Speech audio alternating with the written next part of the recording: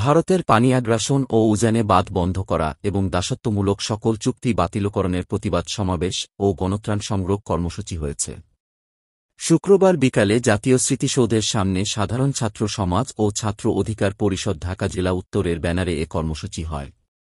এ সময় উপস্থিত ছিলেন ছাত্র অধিকার পরিষদ ঢাকা জেলা উত্তর এর ভারপ্রাপ্ত সভাপতি মোহাম্মদ সাদ আল মোকাররম, আশুলিয়া থানা খেলাফত ছাত্র মজলিসের সভাপতি মোহাম্মদ জিয়াউর রহমান সহ আরও অনেকে। আমরা একটা কথা দিয়ে বলতে শুরু করতে চাই যে কিছু কিছু পানি বন্যা প্রাকৃতিক না, কিছু কিছু পানি বন্যা রাজনৈতিক। আজকে কেউ আমাদেরকে পানির দর দেখে মারতে চাচ্ছে।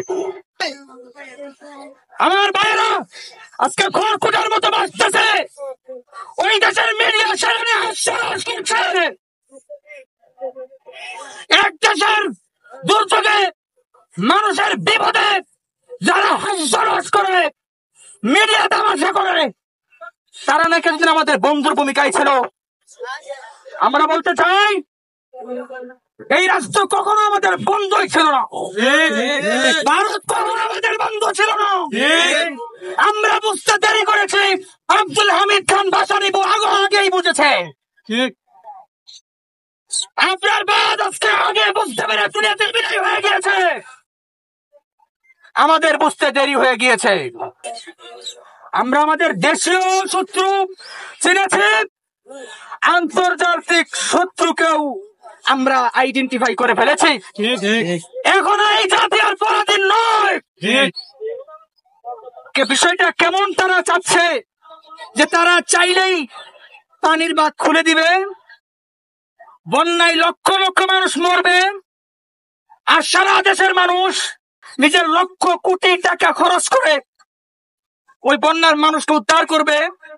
কিছু মানুষ ঘর হারাবে, কিছু হাজার হাজার বাচ্চা মারা যাবে, অবলা প্রাণী গরু পর্যন্ত মারা যাবে। এটা তাদের কাছে মামুলি খেলা হয়ে গিয়েছে। প্রত্যেক বছর একটা সময় এসে আমাদের সেই দক্ষিণ পশ্চিমাঞ্চল সিলেট এবং লক্ষ্মীপুর ফেনী সহ ওই মানুষগুলো ভোলা তাদের আতঙ্কে থাকতে হয় যে বছরে একবার তাদের উপর পানির আক্রমণ আসবে, বছরে একবার তাদের বাবার কবরের এবং কবরস্থানের লাশগুলো বেঁচে যাবে, তাদের বাড়িঘর বেঁচে যাবে। এই আতঙ্ক নিয়ে এই তো বছর পর্যন্ত বেঁচে আসতেছে তারা। এইবার এমন আর হবে না যে তারা বারবার পানি ছেড়ে দিবে আর আমরা তাদেরকে গিয়ে উদ্ধার করব। এইরকম ছেলে খেলা আর চলবে না।